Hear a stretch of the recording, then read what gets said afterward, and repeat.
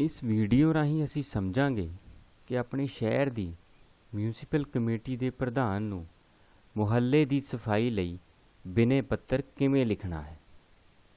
ਆਓ ਸਮਝੀਏ।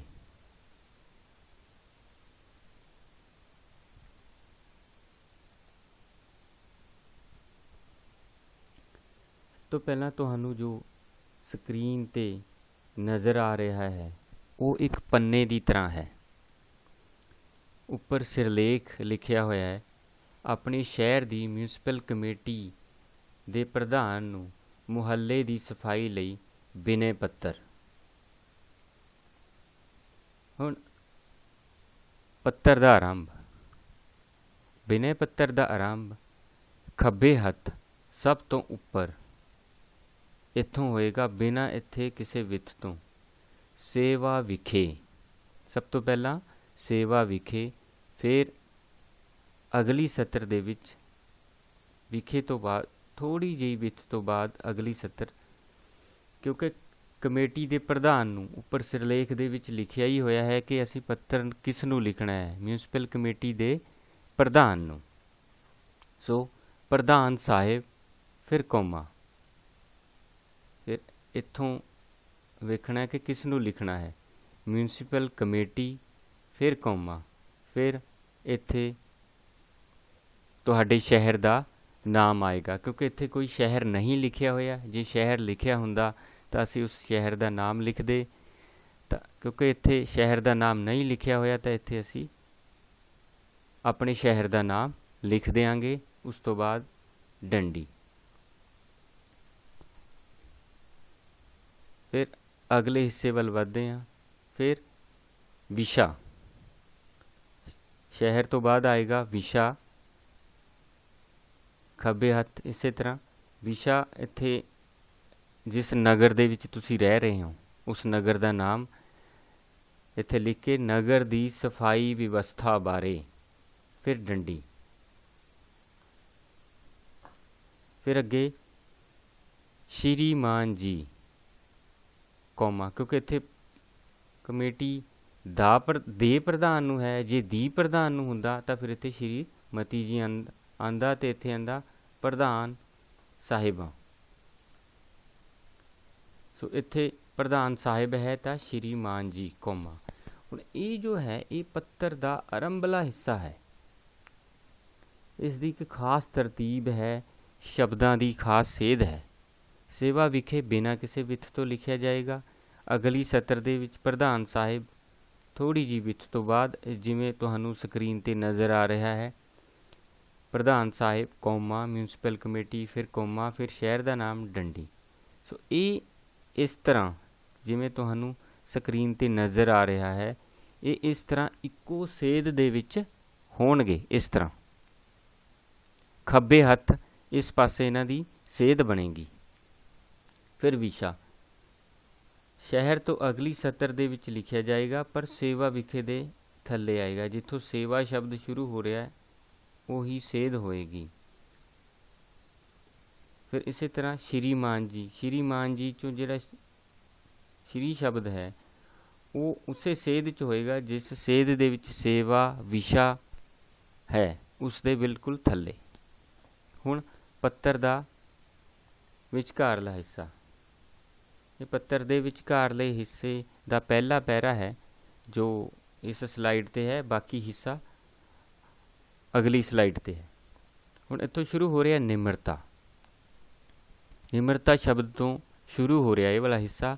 ਸੋ ਨਿਮਰਤਾ ਜੋ ਸ਼ਬਦ ਹੈ ਉਸ ਦੀ ਸੇਧ ਤੁਸੀਂ ਸਕਰੀਨ 'ਤੇ ਵੇਖ ਸਕਦੇ ਹੋ, ਉਹੀ ਹੋਏਗੀ ਜਿਸ ਸੇਧ ਦੇ ਵਿੱਚ ਪ੍ਰਧਾਨ, ਮਿਊਨਿਸਪਲ ਤੇ ਸ਼ਹਿਰ ਦਾ ਨਾਮ ਹੈ। ਇਸ ਸੇਧ ਦੇ ਵਿੱਚ ਇੱਥੋਂ ਸ਼ੁਰੂ ਹੋਏਗਾ। ਸ਼੍ਰੀਮਾਨ ਜੀ ਤੋਂ ਬਾਅਦ ਥੋੜ੍ਹੀ ਵਿੱਥ ਹੈ ਤੇ ਸੇਧ ਇਸ ਤਰ੍ਹਾਂ ਹੈ ਜਿਵੇਂ ਤੁਸੀਂ ਸਕਰੀਨ 'ਤੇ ਵੇਖ ਸਕਦੇ ਹੋ।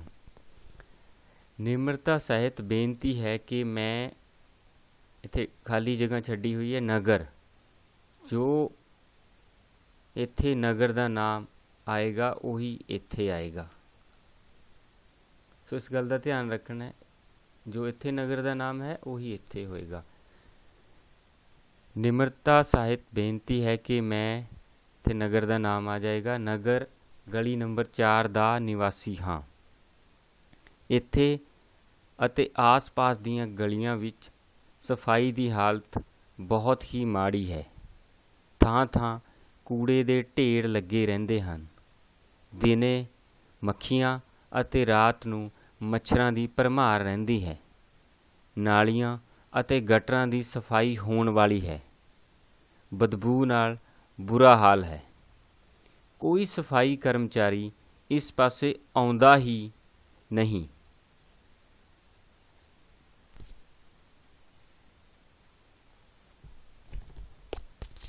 ਕੋਈ ਸਫਾਈ ਕਰਮਚਾਰੀ ਇਸ ਪਾਸੇ ਆਉਂਦਾ ਹੀ ਨਹੀਂ।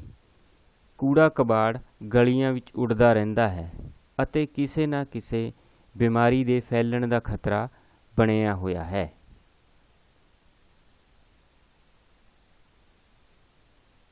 ਹੁਣ ਅਗਲੇ ਹਿੱਸੇ ਵੱਲ ਵਧਦੇ ਹਾਂ।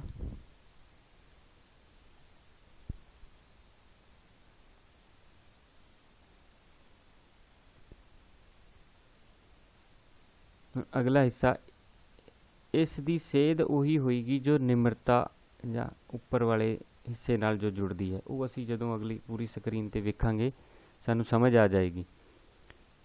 ਇਸ ਲਈ ਬੇਨਤੀ ਹੈ ਕਿ ਸੰਬੰਧਿਤ ਕਰਮਚਾਰੀਆਂ ਨੂੰ ਸਫਾਈ ਪ੍ਰਬੰਧ ਵਿੱਚ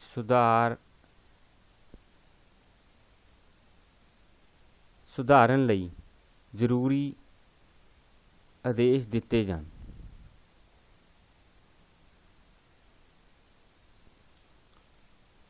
ਸਫਾਈ ਪ੍ਰਬੰਧ ਵਿੱਚ ਸੁਧਾਰ ਲਈ ਜ਼ਰੂਰੀ ਆਦੇਸ਼ ਦਿੱਤੇ ਜਾਣ। ਇਸ ਤੋਂ ਇਲਾਵਾ ਮੱਖੀ ਮੱਛਰਾਂ ਦੀ ਰੋਕਥਾਮ ਲਈ ਫਾਗਿੰਗ ਵੀ ਕਰਵਾਈ ਜਾਵੇ ਤਾਂ ਕਿ ਕੋਈ ਬਿਮਾਰੀ ਨਾ ਫੈਲ ਸਕੇ। ਇਸ ਜਨ ਸੇਵਾ ਦੇ ਕਾਰਜ ਲਈ ਅਸੀਂ ਸਮੂਹ ਜਵਾਹਰ ਨਗਰ ਦੇ ਨਿਵਾਸੀ, ਹੁਣ ਇੱਥੇ ਮੈਂ ਜਵਾਹਰ ਨਗਰ ਪਾਇਆ ਹੈ,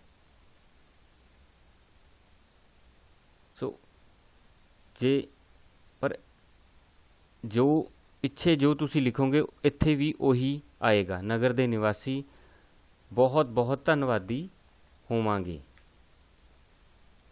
ਹੁਣ ਪੱਤਰ ਦਾ ਅੰਤਲਾ ਹਿੱਸਾ। ਅੰਤਲੇ ਹਿੱਸੇ ਦੇ ਵਿੱਚ ਆਪ ਜੀ ਦਾ ਸ਼ੁਭ ਚਿੰਤਕ, ਫਿਰ ਕੌਮਾ ਨਾਮ, ਲਿਖਣ ਵਾਲੇ ਦਾ ਜੋ ਨਾਮ ਹੈ ਕੌਮਾ, ਗਲੀ ਨੰਬਰ 4 ਕੌਮਾ ਡੈਸ਼ ਨਗਰ। ਜੇ ਤਾਂ ਜਵਾਹਰ ਨਗਰ ਲਿਖਣਾ ਹੈ ਤਾਂ ਉਹ ਆਏਗਾ, ਨਹੀਂ ਤਾਂ ਜੋ ਵੀ ਤੁਹਾਡੇ ਨਗਰ ਦਾ ਨਾਮ ਹੈ ਡੈਸ਼ ਨਗਰ ਕੌਮਾ ਫਿਰ ਸ਼ਹਿਰ ਦਾ ਨਾਮ ਡੰਡੀ। ਹੁਣ ਮਿਤੀ, ਜਿੱਥੇ ਅਕਸਰ ਗਲਤੀ ਹੋ ਜਾਂਦੀ ਹੈ ਕਿ ਮਿਤੀ ਕਿੱਥੇ ਲਿਖੀ ਜਾਏਗੀ। ਨਾਮ ਦੇ ਬਿਲਕੁਲ ਸਾਹਮਣੇ ਖੱਬੇ ਹੱਥ ਮਿਤੀ ਲਿਖੀ ਜਾਏਗੀ। ਇਸ ਦੀ ਸੇਧ ਵੀ ਉਹੀ ਹੋਏਗੀ ਜੋ ਸੇਵਾ, ਵਿਸ਼ਾ ਤੇ ਸ਼੍ਰੀ ਸ਼ਬਦਾਂ ਦੀ ਹੈ। ਉਹ ਅਸੀਂ ਵੇਖਾਂਗੇ ਅਗਲੀ ਸਕਰੀਨ 'ਤੇ। ਜਦੋਂ ਸਕਰੀਨ 'ਤੇ ਵੇਖਾਂਗੇ, ਜਦੋਂ ਅਗਲੀ ਸਲਾਈਡ 'ਤੇ ਅਸੀਂ ਜਾਵਾਂਗੇ ਕਿ ਕਿਸ ਤਰ੍ਹਾਂ ਇਹਨਾਂ ਦੀ ਇੱਕ ਤਰਤੀਬ ਜੋ ਹੈ ਉਹ ਬਣਦੀ ਹੈ।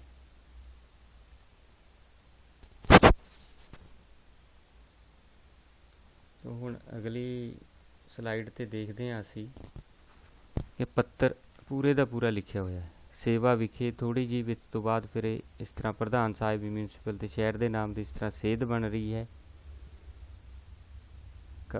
ਖੱਬੇ ਹੱਥ ਫਿਰ ਸੇਵਾ ਵਿਖੇ ਵਿਸ਼ਾ, ਸ਼੍ਰੀ ਤੇ ਮਿਤੀ, ਇਹ ਇੱਕੋ ਸੇਧ ਦੇ ਵਿੱਚ ਹਨ। ਨਿਮਰਤਾ ਤੇ ਇਹ ਜਿਹੜੇ ਪੈਰੇ ਨੇ ਇਹ ਸਾਰੇ ਇੱਕੋ ਸੇਧ ਦੇ ਵਿੱਚ ਹਨ। ਸੋ ਇੱਥੇ ਜੋ ਇੱਥੇ ਨਗਰ ਦਾ ਨਾਮ ਹੋਏਗਾ ਉਹੀ ਇੱਥੇ ਆਏਗਾ ਤੇ ਉਹੀ ਇੱਥੇ ਆਏਗਾ। ਜਿਸ ਵੀ ਨਗਰ ਦੇ ਤੁਸੀਂ ਰਹਿਣ ਵਾਲੇ ਹੋ ਜਾਂ ਜਿਸ ਨਗਰ ਦਾ ਨਾਮ ਲਿਖ ਰਹੇ ਹੋ, ਇੱਥੇ ਵੀ ਫਿਰ ਉਹੀ ਨਗਰ ਦਾ ਨਾਮ ਆਏਗਾ। ਸੋ ਇੱਥੇ ਇਸ ਪਾਸੇ ਤੁਹਾਨੂੰ ਸਕਰੀਨ 'ਤੇ ਨਜ਼ਰ ਆ ਰਿਹਾ ਹੈ ਕਿ ਇੱਥੇ ਜਿਵੇਂ ਇੱਥੇ ਖੱਬੇ ਹੱਥ ਸੇਧ ਬਣ ਰਹੀ ਹੈ, ਇੱਥੇ ਇੱਥੇ ਇੱਥੇ, ਇਸੇ ਤਰ੍ਹਾਂ ਇਹ ਸੱਜੇ ਹੱਥ ਇੱਥੇ ਸੇਧ ਬਣੇਗੀ, ਜਿਸ ਨਾਲ ਜਿਹੜਾ ਸਾਡਾ ਪੱਤਰ ਹੈ ਉਹ ਹੋਰ ਵੀ ਖੂਬਸੂਰਤ ਹੋ ਜਾਂਦਾ ਹੈ। ਧੰਨਵਾਦ। ਹੁਣ ਤੁਸੀਂ ਇਸ ਨੂੰ ਆਪਣੀ ਕਾਪੀਆਂ ਦੇ ਵਿੱਚ ਲਿਖ ਸਕਦੇ ਹੋ।